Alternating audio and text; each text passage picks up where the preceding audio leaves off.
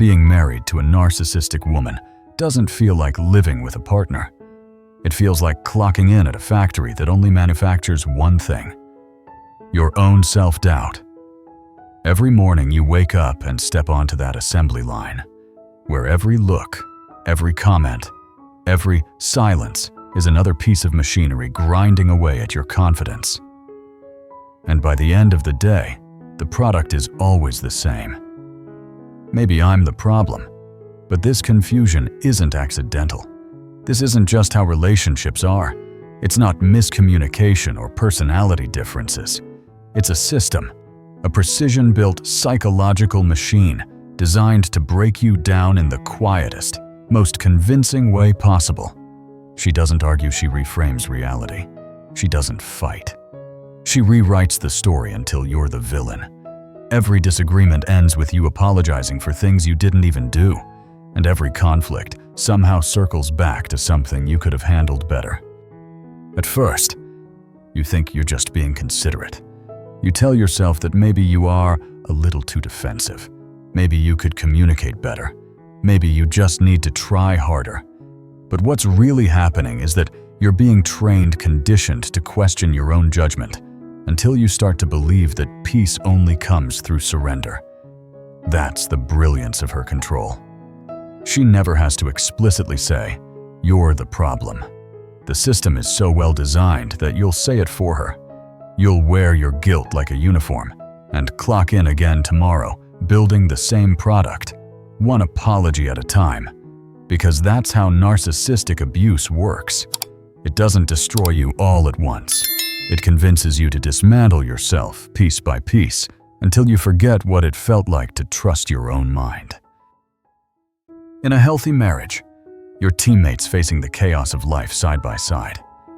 But when your partner is a narcissist, that same partnership turns into a chess match you never agreed to play. Every move you make has already been studied, anticipated, and turned against you. She's not your teammate. She's your opponent wearing the mask of love. While you're trying to build a life together, she's conducting opposition research, gathering data on your insecurities, your triggers, your emotional weak spots. This isn't about resolving differences. It's about maintaining dominance through distortion. She doesn't need facts. She just needs to win the story.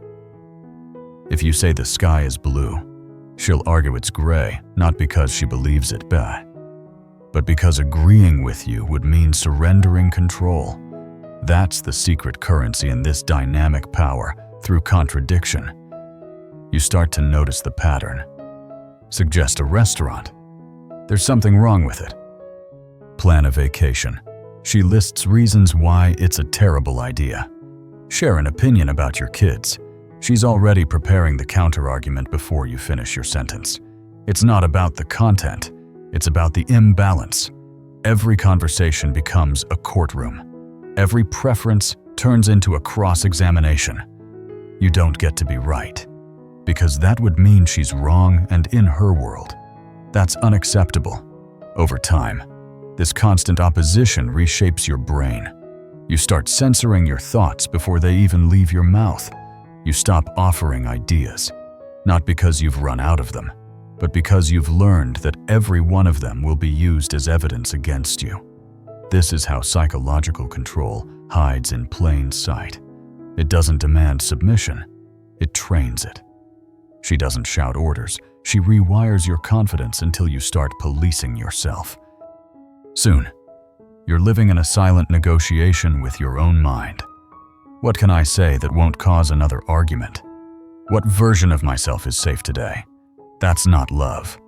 That's psychological engineering, a perfectly designed system that keeps her powerful, keeps you apologetic, and keeps the relationship running on guilt instead of connection. Intimacy is supposed to be the heartbeat of a marriage, the safe place where both people can drop their armor and just be. But with a narcissistic partner, even love becomes a weapon. What once felt sacred slowly turns into a tool of control, a way to reward obedience and punish independence. In the beginning, she uses connection like bait affection wrapped in strategy. Every kiss, Every compliment, every touch feels electric. But there's a condition buried inside each one. Stay in line. You start to learn the pattern: warmth when you agree, cold silence when you don't. Her body language becomes a scoreboard for your compliance. And then one day, without warning, the warmth disappears. The affection that once anchored you is gone, not diminished, but strategically withdrawn. No explanation, no reason, just emptiness. You lie next to her in bed, close enough to feel her breathing, yet somehow oceans apart. You replay every conversation, searching for what you did wrong. You apologize for things you don't even remember doing, hoping to earn back her touch.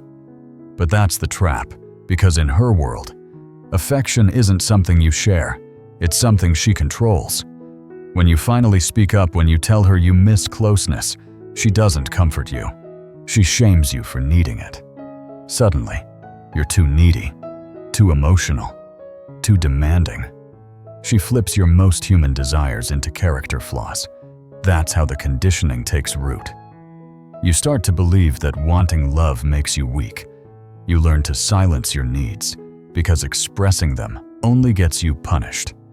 You begin to crave the very thing that hurts you. That's the genius of her design. Over time, your nervous system adapts to this emotional famine. You stop expecting intimacy. You stop reaching out. You convince yourself that peace is better than connection. And that's exactly what she wants: a partner who no longer expects love, just permission to exist beside her. Because once she's taught you to confuse distance with stability and guilt with devotion, she doesn't need to fight for control anymore. You've already handed it to her in silence, in loneliness, in the desperate hope that maybe tomorrow she'll finally love you again. When love turns into control, isolation isn't far behind, because once she owns your heart, the next step is owning your environment. The narcissistic woman understands something most people don't, that power doesn't last unless you cut off every other source of truth. It starts quietly. A few comments about your friends. Subtle, reasonable, almost caring. She drinks too much. He's a bad influence. She doesn't really respect our relationship. And you nod, because on the surface it all sounds protective. You think she's looking out for you. But what she's really doing is building fences around your life, one concern at a time. Soon, your social circle starts to shrink. Not because you chose to step away, but because it's easier than defending them every time their names come up. Every friend suddenly comes with a red flag. Every hangout turns into an argument. So you stop going out. You stop inviting people over. You start living in a smaller and smaller world, one that she manages like a curator. And while your world is shrinking, hers stays wide open. Her friends are wonderful. Her nights out are self-care. Her boundaries are sacred, but yours are avoidance. Your needs are selfish. Your relationships are toxic. That's the double standard that locks the cage. She keeps her lifelines, but cuts yours off. At first, you tell yourself you're just busy. Then you realize you've stopped calling your best friend. Your family texts less. People stop checking in because they don't know what's left of you to reach. You've become socially invisible, even though you're technically still there. And that's the genius of her control. She doesn't need to chain you to her. She just makes every other place feel unsafe until she's the only place left to stand. Every opinion, every bit of emotional feedback, every perspective you once had, all of it starts coming through her filter. She becomes your fact checker, your moral compass, your mirror. Before long, you don't just lose friends, you lose your sense of scale. Your mind starts to fold inward, and her voice becomes your background noise. She's not just your wife anymore. She's your reality curator. And the smaller your world becomes, the bigger she feels inside it. That's the psychological endgame of isolation. Not to keep you from others, but to make you believe you never needed them in the first place. By the time you realize how quiet your life has become, it's not just your friends who are gone, it's you. Once she's isolated you, she doesn't need to scream to control you, she just has to keep you chasing something you'll never catch. That's when she flips the switch on her most efficient tool. Permanent dissatisfaction. It's subtle at first. A sigh when you're proud of something. A small correction when you finish a task. A faint tone of disappointment so light you almost feel crazy for noticing it. But over time, those little cues stack up until they become your entire emotional weather system, cloudy, unpredictable, and always one breath away from a storm. No matter what you do, it's never quite right. You work long hours to provide, and she wonders why you're never home. You take time off to connect, and she asks why you're not working harder. You fix something around the house, and she points out what you missed. You think you're showing effort, but in her world, effort is just proof that you're still behind. The brilliance of this system is its infinite loop. There's no finish line, only shifting goalposts. Every success becomes the baseline for the next criticism. Every compliment, when it comes, feels conditional. A short-term reprieve before the next disappointment rolls in. And the worst part, you start to internalize it. You begin to measure your worth by her mood, not your effort. If she's calm, you're doing okay. If she's cold, you've failed again. You become addicted to the hope of finally hearing, "I'm proud of you." But that phrase never comes because it's not meant to. Her control depends on keeping you forever almost there. This is how the dissatisfaction engine keeps spinning. You're always repairing something that isn't broken, proving something that doesn't need to be proved, apologizing for something you didn't even do. And when you finally burn out, when you're exhausted from trying to earn what should have been freely given, she softens just a little. A smile, a thank you, a rare moment of warmth. Not because she means it, but because she knows it'll restart the engine. That's how she keeps you running, not through fear, but through hope. Hope that if you can just fix the next thing, please her one more time, check one more invisible box, she'll finally be happy. But she never will, because her satisfaction was never the goal. Your exhaustion was. And when you finally realize that the finish line doesn't exist, that's when the machine starts to crack. When you live inside the not enough machine long enough, it starts collecting data. Every disagreement, every tar, all of it gets stored somewhere. And one day, you realize she's been building something far more dangerous than resentment. She's been constructing an archive, a library of blame, where every wrong in her life has your name on it. It doesn't matter when it happened, or even if you were there. Her father abandoned her. Somehow, that's connected to your emotional distance. Her ex cheated. That explains why she can't trust you. A bad boss, a jealous friend, a painful childhood. All of it gets folded into the same narrative. You're responsible for the echo of every wound she's ever had. This is what I call temporal blame shifting, rewriting time itself so that every scar leads back to you.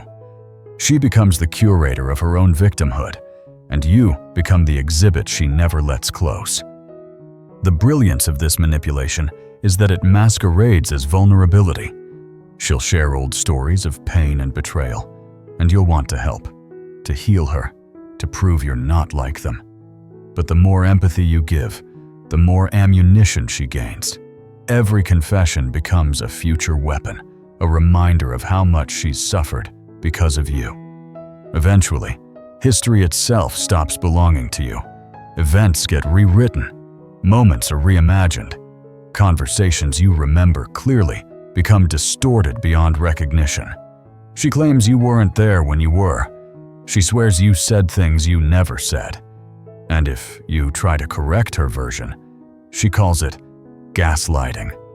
Now, the truth itself becomes a trap. Over time, you stop arguing, not because you agree, but because you're exhausted. You start apologizing for things that didn't even happen just to keep the peace.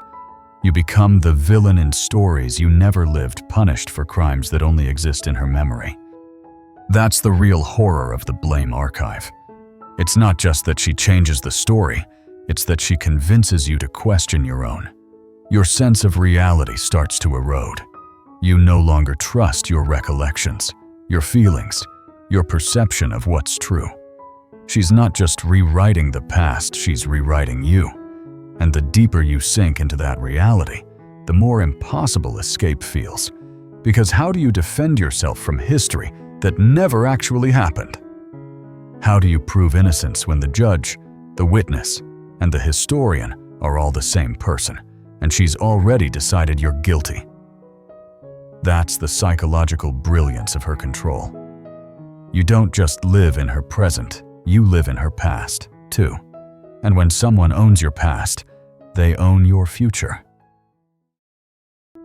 By the time she's rewritten your past, there's only one thing left to conquer your sense of power in the present. And nothing drains a man's confidence faster than losing control over his own money. That's where the financial control matrix begins. It doesn't start with shouting or ultimatums. It starts with questions. Do we really need that? Is that the smartest way to spend right now? At first, it sounds responsible, like she's helping you budget, like she's being practical. But soon, every purchase, every decision, every small indulgence becomes a negotiation. You stop feeling like a partner. You start feeling like an employee, one constantly up for review. Even when you're the one earning the paycheck, she controls how it's spent. She decides what's necessary, what's wasteful, and what's selfish. Her expenses are investments. Yours are mistakes. She buys clothes for work essential. You buy new shoes. Why yours are fine. She treats her friends to dinner connection. You buy your friend a beer irresponsible. You start asking for permission to live your own life. Not because you have to, but because the backlash for acting independently isn't worth the argument. So you start shrinking your choices financially, then emotionally, then existentially. Each "it's fine, I'll skip it" becomes another quiet surrender of your autonomy. The matrix is smart. It doesn't just control money, it conditions dependency. It trains you to believe that you can't make good decisions without her approval. Soon, you're double-checking every move, not out of respect, but out of fear of being judged. You stop buying things that make you happy because somewhere along the line, you started to believe you don't deserve them. And that's the point. The goal isn't balance, it's humiliation disguised as structure. She gets to be the competent one, the voice of reason, the gatekeeper of responsibility. Meanwhile, you, the man who handles million-dollar projects or manages entire teams, can't even buy groceries without a post-purchase interrogation. The cruelty isn't in the control itself. It's in how small it makes you feel. Like your judgment, the very thing that built your career, your family, your life, suddenly counts for nothing in your own home. And that's the silent tragedy of the financial cage. You don't lose your money first. You lose your agency, your ability to act without apology. By the time you realize it, you're not managing finances together anymore.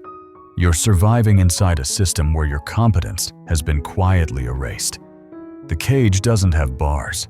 It has receipts. And every one of them tells the same story. You're no longer trusted to lead, not even in the life you built.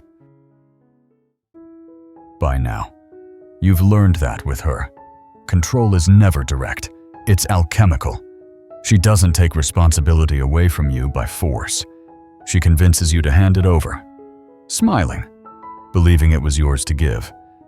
That's the dark art of blame redistribution. It starts small, a minor argument about something unimportant. She raises her voice, says something cruel, crosses a line. Later, instead of apologizing, she reframes the whole thing. "I wouldn't have snapped if you'd just listened. I didn't want to yell, but you pushed me." And suddenly, her cruelty becomes your fault.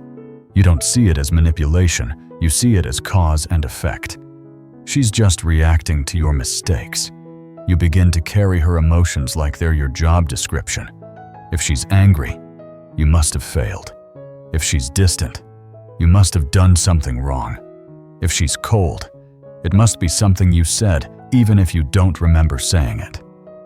Over time, this turns into a full-blown system, a reflex of guilt. She spends too much, you made her feel controlled. She lashes out. You weren't understanding enough. She ignores you for days. You were too needy. No matter the issue, the moral of every story is the same. You caused it. That's the brilliance of her strategy. She never has to improve. If she can make you believe that you're the reason, she won't. Every wrong becomes reactive. Every wound becomes justified. She doesn't see herself as cruel. She sees herself as forced to be cruel by your shortcomings. And eventually, she doesn't even need to say it anymore. You'll do it for her. You'll preemptively apologize before she accuses you. You'll explain away her anger to friends so she doesn't have to. You'll defend her behavior even when it's breaking you, because you've been conditioned to believe that if she's hurting, you must have caused the pain. That's when you start gaslighting yourself.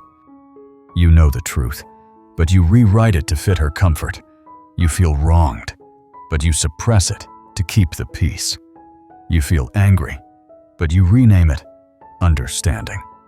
Piece by piece, your self-respect dissolves, replaced by the endless need to fix what you didn't break. And that's the cruelest part of all. You stop seeing her as the problem. You stop seeing her as anything other than your responsibility. Because when someone convinces you that their behavior is a reflection of your worth, you'll spend the rest of your life apologizing for the things they did.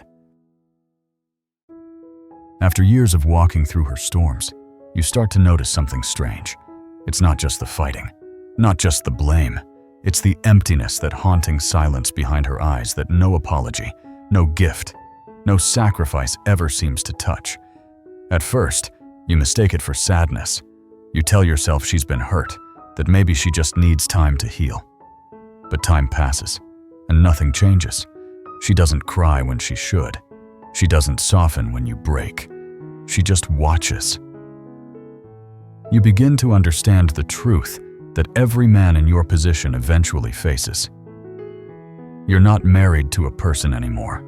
You're married to a mirror, a perfectly polished reflection that mimics empathy, repeats the right phrases, and nods at the right moments, but never actually feels anything. She can recite love, but she can't give it.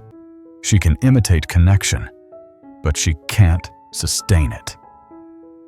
When you're hurt, she looks confused instead of compassionate. When you're happy, she studies your joy like it's a foreign language. When you're afraid, she stares through you, calm, detached, untouched. That's when it hits you. There's nothing behind her emotions but strategy. Every gesture, every reaction, every tear has a purpose: control, validation, attention. But genuine feeling, it's gone. Maybe it was never there. You start to feel something worse than anger. Not rage, not even resentment. Just grief, because you realize you've been trying to build intimacy with someone who doesn't have the emotional wiring to connect. You've been pouring love into a vessel with no bottom and wondering why you always feel double empty. The loneliness that follows isn't the kind that comes from being alone. It's the kind that comes from being unseen. You can sit right next to her, talk for hours, share your day, your fears, your dreams, and still feel like you're whispering into a vacuum. Every word gets swallowed by the void and never comes back. You stop sharing excitement because it dies in her silence. You stop expressing hurt because it only makes you feel weak. You stop expecting comfort because you've learned it's not coming. And slowly, without noticing, you stop being you.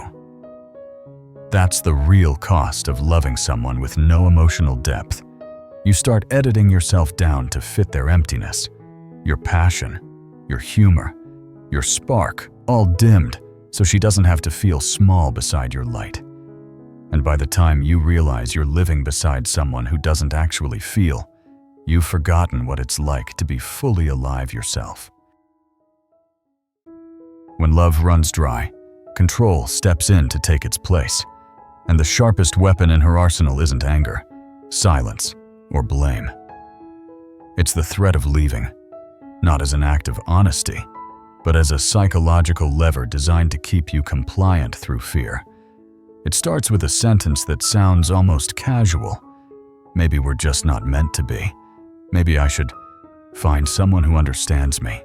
And in that moment, your heart stops, because even after everything, the manipulation, the emptiness, the chaos, the thought of losing her still terrifies you. That's the paradox. She's the source of your pain, but she's also the only one who can stop it.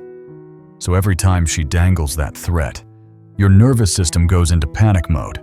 You rush to fix, to please, to apologize for things you didn't do anything to stop her from walking away. She's learned the psychology of your fear. Men fear abandonment more than conflict. So instead of arguing to be right, she simply reminds you what being wrong could cost you your marriage, your family, your sense of worth. At first, the threats are rare, reserved for big arguments or moments when you start showing a spine. But over time, they become her go-to reset button. Anytime you push back, question her behavior, or try to set a boundary, she whispers the same poison. Maybe I should just go. And it works, every single time, because she's not trying to convince you she'll leave. She's conditioning you to fear the possibility so deeply that you'll do anything to prevent it. Soon, she doesn't even need to say the words out loud. The mere idea of her walking away hovers over every interaction like a loaded gun on the table. Silent, visible, controlling. You start anticipating her moods, editing your tone, changing your truth before it's spoken. You live in a constant state of emotional hostage-taking. That's how the threat system rewires you. You don't avoid conflict because you want peace. You avoid it because you're terrified of being alone, not realizing that you already are. The marriage ended long ago. Only the conditioning remains. And that's what makes her control so effective. She doesn't need to cage you. She just teaches you to fear freedom. By the time you realize you've been living in captivity, you've lost the will to walk out of an open door. You'd think fear would make you leave, but in a narcissistic relationship, fear keeps you there. That's the paradox of trauma bonding, the invisible chain that ties you to the one who keeps breaking you. It's not built on love or trust. It's built on contrast cruelty, followed by tenderness. Punishment, followed by relief. Your brain learns that love equals the absence of pain, not the presence of kindness. She knows this rhythm by heart. After days of cold silence, she smiles again. After weeks of distance, she reaches for your hand. After months of emptiness, she gives you one night that feels like hope. And that tiny dose of affection resets everything. You forget the 1,000 small cuts because she handed you one bandage. That's how the bond tightens, not through pain alone, but through the fleeting illusion of safety. You start chasing ghosts, the version of her that once made you feel alive, the version she built only to destroy. You don't love her anymore. You crave her chaos like a drug. Your nervous system has learned to equate peace with emptiness and volatility with connection.